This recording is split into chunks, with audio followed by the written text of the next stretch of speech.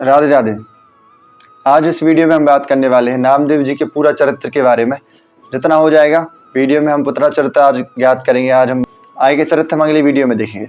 तो हम शुरू करते हैं भगवान का नाम लेकर। श्री सीताराम नाम महाराज की जय। श्री नामदेव जी का चरित्र इस प्रकार है कुछ। जल, थल और अग्नि आदि में सर्वत्र अपने इष्ट का ही दर्शन करूँगा। यह प्रतिज्ञा श्री नामदेव जी की उस प्रकार निभी जैसे कि त्रेता युग में नरसिंह भगवान के दास श्री प्रहलाद जी की निभी थी। बचपन में ही उनके हाथ से विट्ठलनाथ भगवान ने दूध पिया। बचपन में ही श्री नामदेव जी के हाथ से विट्ठलनाथ भगवान एक मरी हुई गाय को आपने जीवित करके असुर यवनों को अपने भजन बल का परिचय दिया।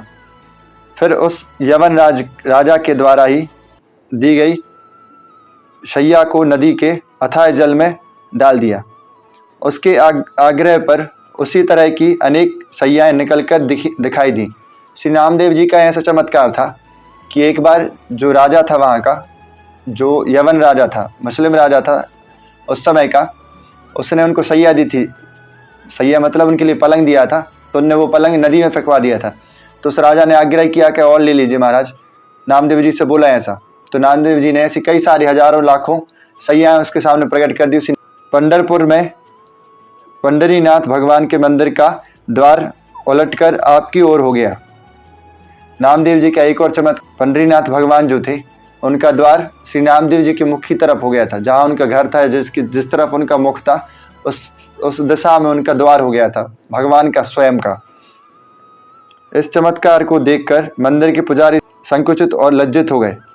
प्रेम के प्रभाव से पंढरनाथ भगवान अपने पीछे पीछे चलने वाले सेवक की तरह कार्य करते थे। नामदेव जी का कार्य पूरा भगवान ही करते थे। पंढरनाथ भगवान जो थे वो ही पूरा कार्य करते थे श्री नामदेव जी का। आग से जल जाने पर अपने छाया।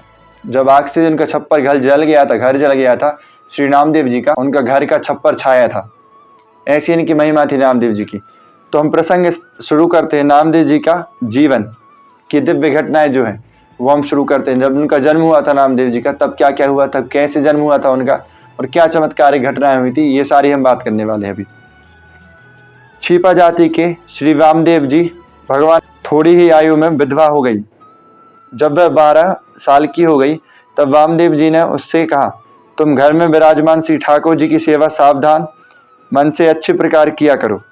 इससे शीघ्र ही तेरे सब मनोरथ पूर्ण होंगे। इस प्रकार पिताजी की आज्ञा पाकर वह भगवान की सेवा करने लगी। उस पर भगवान शीघ्र ही प्रसन्न हो गए और उनकी जो पुत्री थी, वामदेव जी ने अपनी पुत्री से बोला था, क्योंकि वो 12 साल की और बहुत ही कम उम्र में विधवा हो गई थी, इसलिए उनसे बोला था कि आप भगवान की सेवा किया करें, अच्छे मन से सच्चे मन से भगवान की सेवा किया करें, ऐसा उन्होंने बोला था। पिताजी की बात सुनकर वो पूजा भी करती थी और शीघ्र ही उनको भगवान के दर्शन हुए, क्योंकि इतनी निष्ठा से और इतने सच्चे मन से वो पूजा करती थी। उस पर भगवान शीघ्र ही प्रसन्न हो गए और उसे प्रत्यक्ष अपना दर्शन दिया। भगवान की सुंदर वामदेव की पुत्री जो थी, उनके मन में भगवान को देखकर भक्त पुत्र प्राप्त करने की इच्छा हुई कि उनका भी एक पुत्र हो, मगर वो विधवा हो चुकी थी, उनका पुत्र कैसे होता। भगवान के आशीर्वाद से अधिक उसके गर्भ हो गया। भगवान के आशीर्वाद से उनको गर्भ भी हुआ। उसके गर्भ की चर्चा स्थान स्थान पर चलने लगी, क्योंकि वो विधवा हो गई थी पहले ही। गलत संदेश गया कि अभी इनकी विधवा होते हुए भी कैसे वो गर्भवती हो गई।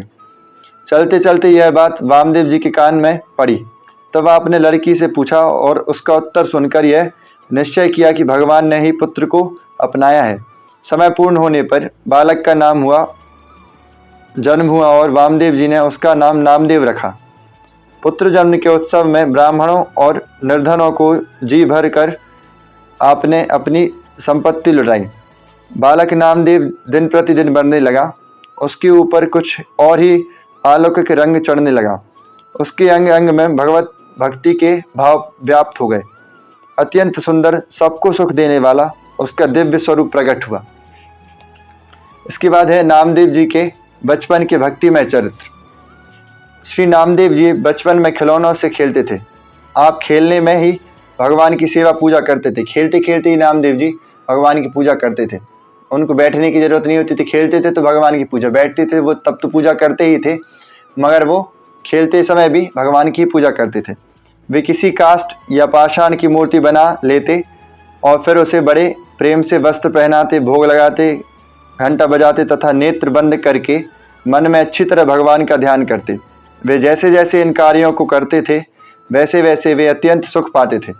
भगवान के जो भक्त होते हैं उनको इसी बात में सुख मिलता है, भगवान की सेवा करने में, भगवान का नाम कीर्तन जप करने में उनको सुख मिलता है। ऐसे ही नामदेव जी थे। प्रेम बस उनके नेत्रों में जल भर जाता। नामदेव जी अपने नाना वामदेव जी से बार बार कहते कि भगवान की सेवा मुझे दे दीजिए, सेवा मुझे बहुत प्यारी लगती है। इस प्रकार नामदेव जी ने बार बार कहा।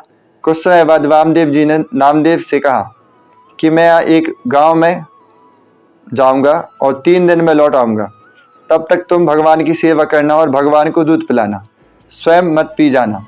ऐसा वामदेव जी ने बोला नामदेव जी से, क्योंकि वामदेव जी नामदेव जी के नाना थे और नामदेव जी को बहुत ज़्यादा इच्छा होती थी भगवान की सेवा करने की। जो वे नाना जी से बार बार पूछते कि अभी आप गए नहीं। एक दिन नाना जी के बाहर गांव जाने का समय आ गया, वे चले गए। नामदेव जी ने अच्छी तरह देखभाल कर कढ़ाई में 2 सेर दूध डाला और मन में निश्चय किया कि दूध को औटा कर अति उत्तम बनाऊंगा, जिससे प्रसन्न होकर प्रभु पी लें।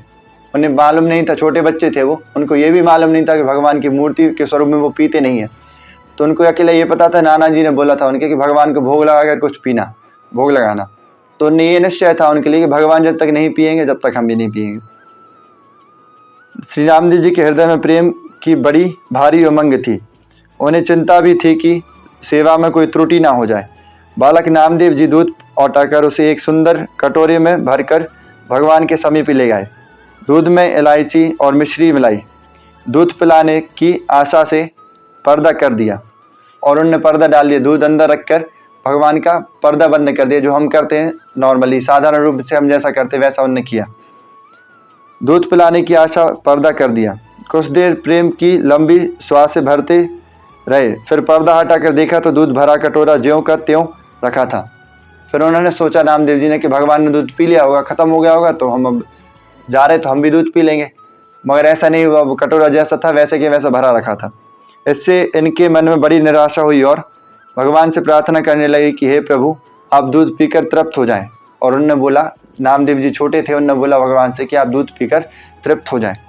श्री नामदेव जी भगवान को दूध भोग लगाते और यह देखते कि भगवान ने दूध पिया है। इस प्रकार 2 दिन बीत गए और नामदेव जी ने कुछ भी खाया ना कुछ पिया। स्वयं भी उन्होंने अन्न जल आदि कुछ भी ग्रहण नहीं किया और इस बात को अपने मन में ही छुपा कर रखा। माता जी को भी नहीं बताया और भूख प्यास से ही रात को सो गए, पर चिंता के कारण निद्रा नहीं आई। तीसरे दिन का सवेरा हुआ, फिर उसी प्रकार सावधानी से दूध को औटाया, इलायची मिश्री मिलाई और आज प्रभु अवश्य ही दूध पी लेंगे, इस भाव से मन में मजबूत करके भगवान के सामने दूध रखा और कहा, प्रभु नाना जी दूध पिलाने को कह गए थे और आप दूध को पीजिए, तभी मैं प्रसन्न होऊंगा। इतने पर भी जब भगवान ने दूध नहीं पिया, तब श्री नामदेव जी बोले, मैं बारंबार आपसे दूध की विनती करता हूँ, परंतु आप दूध नहीं पीते। कल प्रातःकाल नाना नामदेव जी से अच्छी प्रकार सेवा की या नहीं यह पूछा, तो इन्होंने अत्यंत प्रेम रंग में भरकर दुग्धपान लीला का सारा वर्णन किया। यह सुनकर वामदेव जी ने कहा कि मेरे सामने फिर पिलाओ, तब हम जाने। तब श्री नहीं पिया, तब अड़ गए। उसी प्रकार छुरी निकाल कर गला काटने को तैयार हो गए कि कल पीकर आज नाना जी के सामने मुझे झूठ बनाना चाहते हो, आपका दूध पीना ही पड़ेगा। बालक के प्रेम हट से प्रसन्न होकर भगवान ने वामदेव जी के देखते देखते दूध पी लिया और प्रसाद नामदेव जी को पिलाया। वामदेव जी ने सोचा कि मैंने जीवन भर सेवा यह दिखला दिया कि मैं भक्त के वश में होकर उनसे प्रेम के कारण अर्पित भोग को ग्रहण करता हूँ।